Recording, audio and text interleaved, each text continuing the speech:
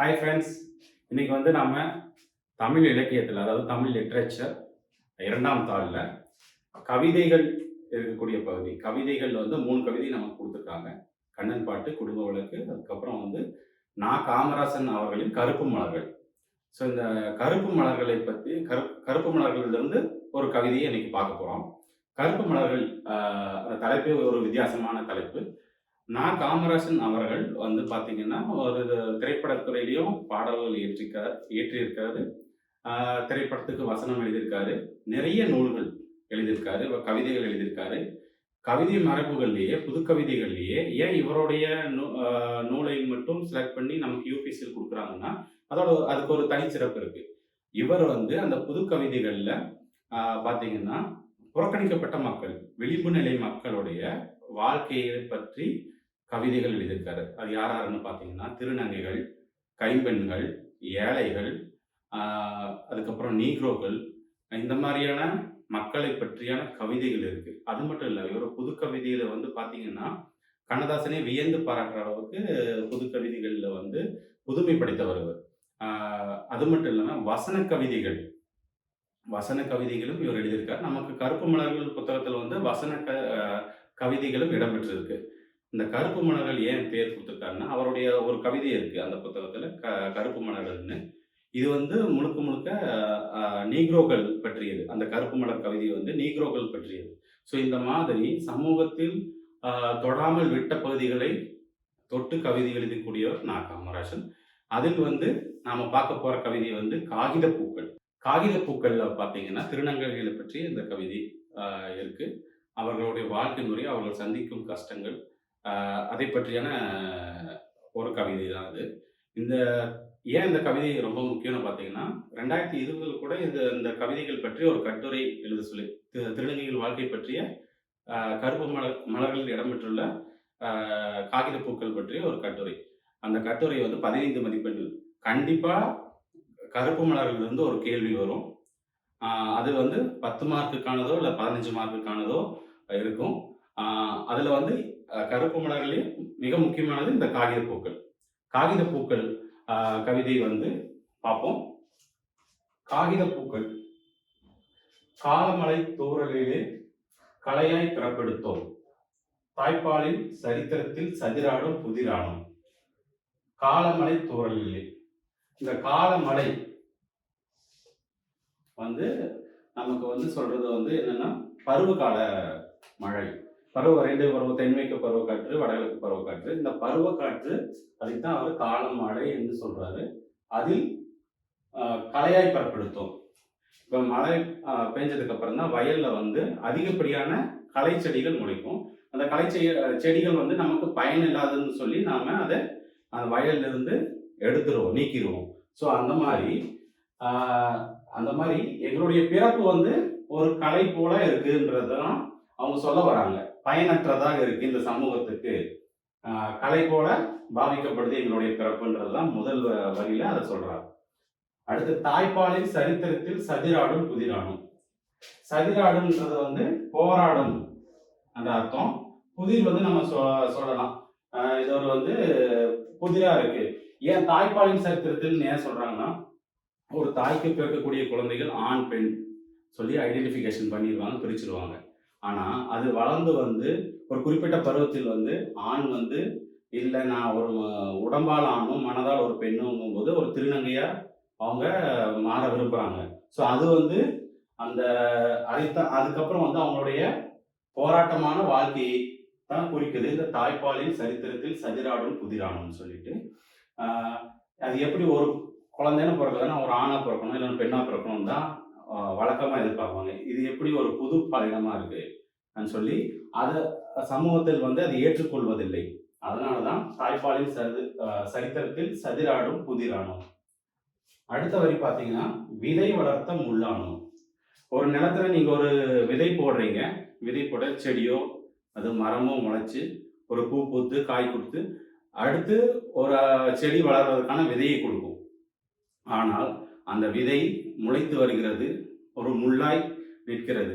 அந்த முள் வந்து யாருக்கும் பயனற்றது, மனிதர்களுக்கும் விலங்குகளுக்கும் வந்து துன்பத்தை தரக்கூடியது. ஸோ அது மாதிரி விதை வளர்த்த முள் செடிகளை போல ஒரு பயனற்றதா சமூகம் எங்களை பார்க்கிறது என்றதை தான் விதை வளர்த்த முள்ளானோம். அடுத்து விளக்கின்னு இருளானோம்.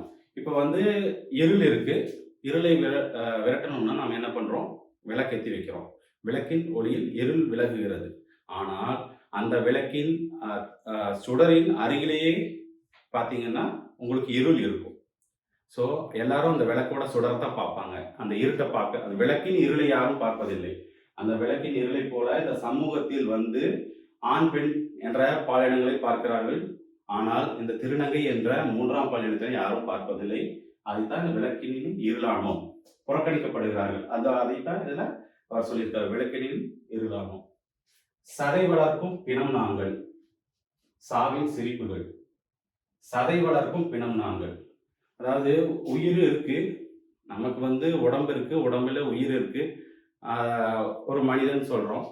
ஆனா உடம்பிலே உயிர் இருந்தாலுமே வந்து நாங்கள் பிணம் என்பதை போலத்தான் அவங்க சொல்றாங்க. ஏன்னா இந்த சமூகத்தில் அவங்க மதிக்கப்படுறது கிடையாது, அவங்களுக்கான அடிப்படை உரிமைகள் கிடையாது, வாழ்வாதாரத்துக்கான மரியாதையோ இது அங்கீகாரமும் அவங்களுக்கு கிடையாது. ஸோ அதனால்தான் நாங்கள் வாழ்ந்தாலும் அது உயிரோடு இருந்தாலும் அவங்க பிணத்துக்கு சமம் என்பதைத்தான் அவர்கள் சதை வளர்ப்பும் பிணம் நாங்கள். எங்கள் சதை வளர்கிறது, ஒரு பிணம் போன்றவர்கள் நாங்கள், எங்களுடைய சதை வளர்கிறது, அவ்வளவுதான். அது போலதான் சாவின் சிரிப்புகள். சாவின் சிரிப்புகள் ஏன் சாவின் சிரிப்புகள் சொல்றாங்க பார்த்தீங்கன்னா, இப்போ ஒரு சாவு நடக்குது, எல்லாரும் அழுவாங்க, அதை துக்கமா இருப்பாங்க. ஆனால் அந்த சாவே பார்த்து எங்களை பார்த்து சிரிக்கிறது. நீங்கள் வந்து அந்த சாவுக்கு கூட நம்ம வந்து பிடிக்காத மாதிரி ஒரு பிறப்பு அந்த மாதிரி தான் அதை மீன் பண்ணணும். சாவின் சிரிப்புகள், சாவே வந்து எங்களை பார்த்து சிரிக்கிறது, அந்த மாதிரி ஒடுக்கப்பட்டிருக்கக்கூடிய ஒரு பாலினம் நாங்கள், அந்த மாதிரி. அதுக்கடுத்து மூங்கையோடு பாட்டிசைக்க, முடவனதை எழுதி வைக்க, முடவன் கை எழுதியதை முழு குருடர் படித்ததுண்டோ. இங்க வந்து கைஸ் நீங்க வந்து இது எடுத்துக்கூடாது, நம்ம வந்து மாற்றுத்திறனாளிகள் வந்து கொச்சைப்படுத்துறோம்னு எடுத்துக்கூடாது. இது ஒரு கவிதை. அந்த கவிதையில இருந்த பழைய சொற்கள், இந்த 1971 எழுதப்பட்ட இது கவிதை. ஸோ அதை நான் அப்படியே சொல்றேன். அதனால வந்து யாரையும் எந்த தோழர்களும் அதை தவறாக எடுத்துக்கொள்ள வேண்டாம். மூங்கை என்றால் வாய் பேச முடியாத மாற்றுத்திறனாளி. அவர் வந்து ஒரு பாட்டை சீக்கிறார், அவரால் எப்படி பாட்டை சீக்க முடியும்? அப்படி ஒரு பாட்டே இல்லை. ஸோ அது போல இல்லாத அவர் பாட்டை செய்ய வெறும் மூன்று சத்தம் தான் வரும். ஸோ அந்த சத்தம் மாதிரி தான் நாங்கள், அதை ஒரு இசைன்னு எடுத்துக்க முடியாது. அடுத்து முடவனதை எழுதி வைக்க, அந்த பாட்டை இரு கைகள் இல்லாத மாற்றுத்திறனாளி எப்படி எழுத முடியும்? அதை முடவன் எழுதி வைக்கிறதா சொல்றாங்க. இது ஒரு கற்பனை. ஏன்னாலும் அவர்களுடைய திருநங்கைகளோட வழியை எப்படியெல்லாம் இந்த கவிஞர் வந்து வெளிக்கொள்கிறாரு, அவர்களுடைய புறக்கணிப்பு, இதை வந்து இதில் புரிந்து கொள்ளலாம். முடவனை எழுதி வைக்கும் போது அவரால் எழுதவே முடியாதவர் எழுதி வச்சுக்கிறதுன்னு சொல்லி சொல்றாங்க. ஸோ அடுத்து முடவன் கை எழுதியதை முழு குருடர் படித்தது உண்டு. பார்க்கவே முடியாதவர் அவர் எழுதுனதை எப்படி படிப்பாரு? ஸோ அந்த மாதிரி ஒரு இயற்கைக்கு மாறாக, இயல்புக்கு மாறாக உள்ள விஷயத்தை இதுக்கு ஏன் ஒப்பிடுறாருன்னா, இரண்டு பாலினங்கள் இருக்கு இயற்கையில, ஆண் பெண். இந்த சமூகம் வந்து ஆண் பெண் என்ற இரண்டு பாலினங்களை ஏற்றுக்கொள்ளுது. மூன்றாவது பாலினமா திருநங்கைகளை ஏற்றுக்கொள்ள மறுக்குது. அதோட இன்டைரக்ட் மீனிங் தான் அது. ஸோ ஏற்றுக்கொள்ள மறுக்கப்படுகிறது. அதைத்தான் வந்து அவர் வந்து ஒரு இன்டைரக்டா ஒரு இயல்புக்கு மாறான விஷயங்களை பொருத்தி சொல்லியிருக்காரு. அடுத்து மூங்கையனின் பாட்டானோம், அவர் வந்து அந்த வாய் பேச முடியாத மாற்றத்தினாலே பாடின பாட்டு மாதிரி, அந்த மாதிரி அந்த வாழ்க்கை எங்களுடைய வாழ்க்கைன்றாருங்க. முடவட்டை எழுத்தானம், எழுதவே முடியாதவர் எழுதின பாடல் உடைய வரிகள் நாங்கள்ன்ற மாதிரி சொல்றாங்க. முழு குருடர் படிக்கின்றார், அதை பார்வையே இல்லாதவர் படிக்கின்றார். அதில் பார்த்தீங்கன்னா சந்தி பிழை போன்ற சந்ததி பிழை நாங்கள், சந்தி பிழை. இப்போ இந்த காகித புக்கல்னு ஒரு வேர்டு இருக்கு, இதுல இப்பு வர்றதுனால இது இப்பு வருது, இது சரியா பொருந்துது. ஆனா ஏதாவது ஒரு இடத்துல தேவையில்லாம ஒரு நம்ம வல்லின மெய்யை சேர்த்தோம்னா அது சந்தி பிழைன்னு சொல்லுவோம். ஏதாவது ஒரு இடத்துல வந்து தேவையில்லாமல் வல்லின மெய்யை சேர்த்தோம், ஈக்கோ இச்சோ இப்போ இதெல்லாம் சேர்க்கிறோம்னா அது சந்தி பிழைன்னு சொல்லுவோம். அதோட பொருள் வந்து மாறுபடக்கூட வாய்ப்பு இருக்கு, அந்த வார்த்தைகளோட பொருள். ஸோ அந்த மாதிரி சந்தி பிழை போல, சந்ததி பிழை நாங்கள். சந்ததி பிழைனா எப்படி சொல்றாங்க? இப்போ வந்து ஒரு குடும்பத்தில் வந்து வாரிசுகள் ஆண் வாரிசுகள் இருக்கு, பெண் வாரிசுகள் இருக்கு. ஆனால் அந்த ஒரு குழந்தை பிறக்கும் போது ஒரு ஆணாக இருக்கு. ஆனால் குறிப்பிட்ட காலத்தில் அது திருநங்கையாக மாறும் பொழுது அதை அந்த குடும்பம் ஏற்றுக்கொள்ள மறுக்கிறது, அந்த சமூகம் ஏற்றுக்கொள்ள மறுக்கிறது. ஸோ அதைத்தான் அவர்கள் சொல்கிறார்கள் சந்ததி பிழை. சந்தி பிழை போல சந்ததி பிழை, தேவையில்லாதது, பொருந்தாதது என்பதைத்தான் அவர்கள் இங்கு குறிப்பிடுகிறார்கள். இது வந்து ஒரு உவமை போல எடுத்துக்கணும். போலன்னு வரும்போது சந்தி பிழை போல, சந்ததி பிழை நாங்கள். அடுத்து காலத்தின் பேரேட்டை கடவுள் திருத்தட்டும்.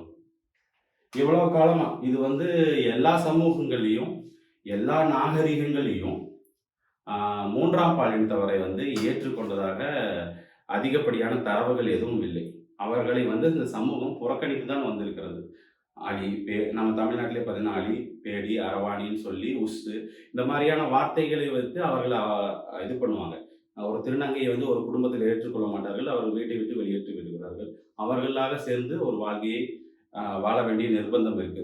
சமூகத்தில் கூட அவர்களுக்கான உரிமையும் மறுக்கப்பட்டு தான் இது நாள் வரைக்கும் மறுக்கப்பட்டு தான் வந்துகிட்டு இருக்கு. ஒரு டிக்னிட்டின்னு சொல்லக்கூடிய நமக்கு அவங்களுக்கு ஒரு நல்ல தரமான நல்ல மரியாதை மிக்க ஒரு வாழ்க்கையை இது நாள் வரைக்கும் நம்ம கொடுக்க முடியல. இந்த பிரச்சனையை கொஞ்சமாவது அதைத்தான் சொல்ல வராங்க. கடவுள் இருந்தார் என்றால் அவர் இந்த காலத்தின் பேரேட்டை இது இவ்வளவு நாள் நடந்து வந்ததை கொஞ்சமாவது திருத்தட்டும் என்றுதான் அவர்கள் குறிப்பிடுகிறார்கள். அடுத்த கவிதை வரிகளை பார்க்கலாம். தலை மீது பூ வைப்போம், தாரணியோர் கல்லறையில் பூ வைத்தல் முறைதானே, பூத்த உயிர் கல்லறைகள் நாங்கள். தலை மீது பூ வைப்போம். ஒரு ஆணாக இருந்து பெண்ணாக மாறிய திருநங்கைகள் அவர்கள் பெண்ணுக்குரிய உடைகளை அணிந்து கொள்வதும் அது அவர்களை போல அலங்காரம் செய்து கொள்வதும் பூ வைப்பதும் செய்யக்கூடிய ஒரு இயல்பான ஒரு வழக்கம். அதைத்தான் தலை மீது பூ வைப்போம் என்ற வரியில் சொல்கிறார். அதுக்கடுத்து தாரணியோர் கல்லறையில் பூ வைத்தல் முறைதானே. தாரணியோர்னா இந்த உலகத்தில் இருக்கக்கூடியவங்க கல்லறையில் பூ வைப்பது முறை. அதாவது ஒருத்தர் இறந்துட்டாங்கன்னா அவங்களுடைய கல்லறையில் மற்ற உறவினர்களோ அவர்களுடைய நண்பர்களோ தோழர் யாரா இருந்தாலும் அவர்கள் கல்லறையில் வந்து மலர் வைத்து அவர்களை வந்து நினைவு கூறுவது ஒரு வழக்கம் தானே. அதுதான் சொல்கிறார்கள் தாரணியோர் கல்லறையில் பூ வைத்தல் முறைதானே, பூத்த உயிர் கல்லறைகள் நாங்கள். அதுபோல நாங்கள் பூச்சூடி கொண்டாலும் அந்த உயிருடன் இருக்கக்கூடிய கல்லறைக்கு சமம்தான் நாங்கள். அது கல்லறைகள் வந்து அன்னைக்கு ஒரு நாள் தான் பூச்சூடுவாங்க. அவர் இறந்திருக்காரு, அவர் நினைவு நாள் அன்னைக்கு கொண்டு போய் ஒரு பூ வைப்பாங்க. அதுக்கப்புறம் அது யாரும் கண்டுக்கிறது கிடையாது. அதுபோல நாங்கள் பூ வைத்தாலுமே உயிருடன் வாழக்கூடிய கல்லறைகள் போன்றவர்கள் தான், அதுக்கு சமானமானவர்கள் தான் என்று இதில் சொல்ல வராங்க இந்த கவிதையில்.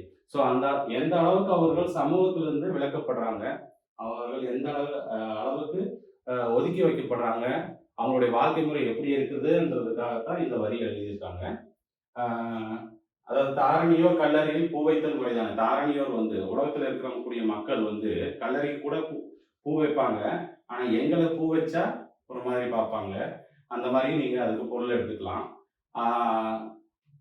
என்னதான் உயிரோட இருந்தாலுமே கல்லறைக்கு சமானமாக நாங்கள் மதிக்கப்படுகிறோம், அந்த மாதிரி நீங்க எடுத்துக்கலாம் பொருள். அடுத்து தாய் பெண்ணோ முல்லைப்பூ, தனிமலடி தாளம்பூ, வாய்ப்பந்தல் போடுகின்ற நாங்கள் காகித பூக்கள். தாய் பெண்ணோ முல்லைப்பூ. முல்லைப்பூ வந்து பார்த்தீங்கன்னா சங்க இலக்கியத்திலிருந்து முல்லை வந்து முல்லை நிலத்துக்கான மலராக குறிக்கப்படுகிறது. முல்லை பூ வந்து இந்த கார்காலத்துக்குரிய பூ. அது மட்டும் இல்லாம கற்பின் முல்லைன்னு சொல்லுவாங்க.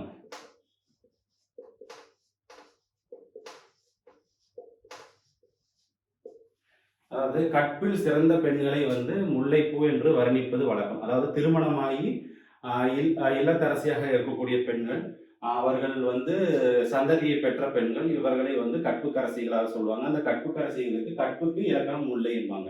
ஏன் அந்த முல்லைப்பூ கற்புக்கு சொல்றாங்கன்னா, அதாவது எந்த மலர் எடுத்துக்கொண்டீங்கன்னா அதனுடைய மகரந்தம் அது வந்து வண்டை ஈர்க்கக்கூடிய அமைப்பு வந்து வெளியே தெரியும்படியாக இருக்கும். ஓகேவா? இதழ்கள் விரித்து இருக்கும். இதழ்கள் விரிந்த பிறகு அதனுடைய மகரந்தம் வெளியே தெரியும்.